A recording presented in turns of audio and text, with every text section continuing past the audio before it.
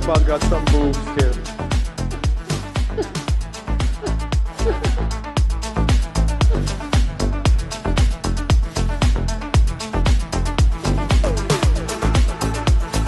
So this is essentially the same full self-driving computer that runs in your Tesla cars, by the way.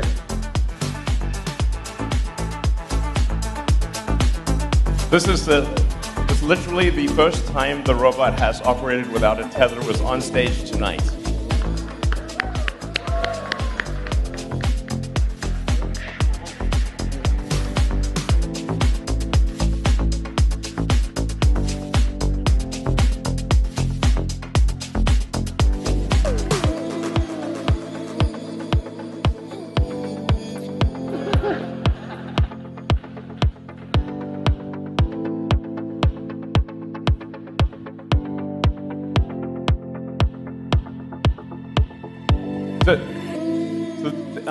So the robot can actually do a lot more than we just showed you. We just didn't want it to fall on its face.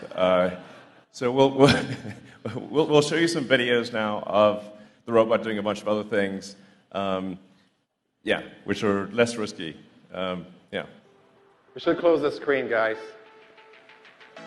Yeah.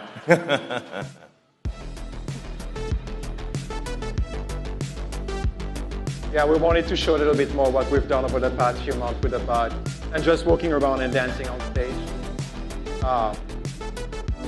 Just humble beginnings, but you can see the autopilot neural networks running as is, just retrained for the bot directly on that new platform.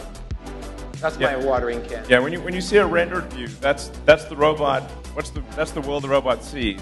So it's very clearly identifying objects. Like this is the object it should picking it up.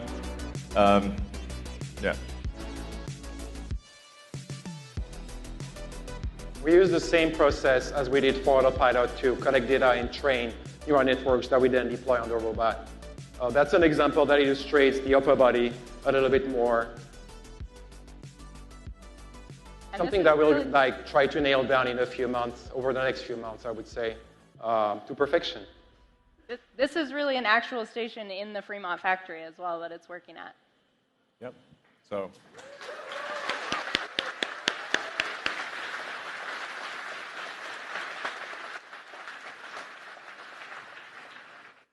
And that's not the only thing we have to show today, right? Yeah, absolutely. So what you saw was what we call Bumble C. That's our sort of rough development robot using semi-off-the-shelf actuators.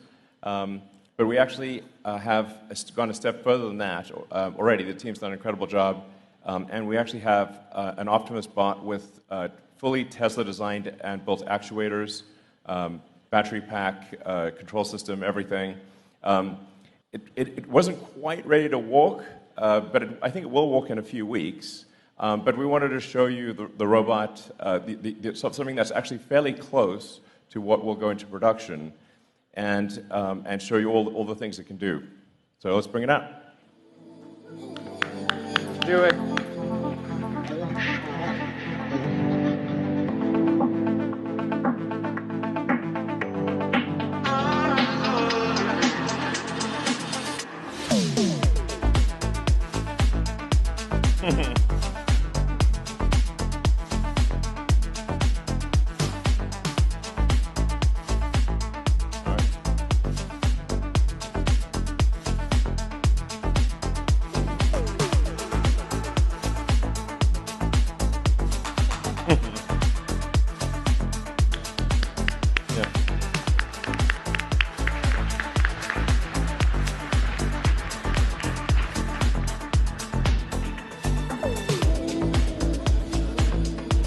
So here you're seeing Optimus with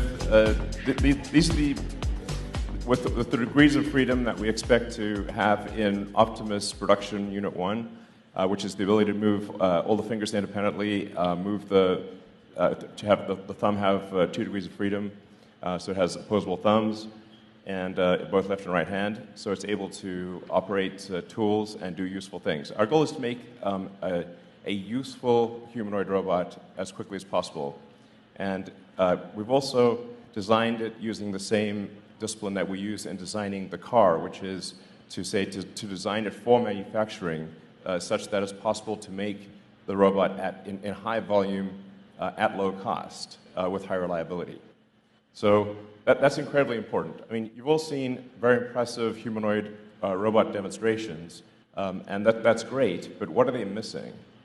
They're missing a brain. They don't have the intelligence to navigate the world by themselves, and they're also very expensive and made in low volume. Whereas Optimus is designed to be an extremely capable robot, but made in very high volume, probably ultimately millions of units, and it is expected to cost much less than a car. I'll just bring it directly to the right here. I would say probably less than $20,000 would be my guess.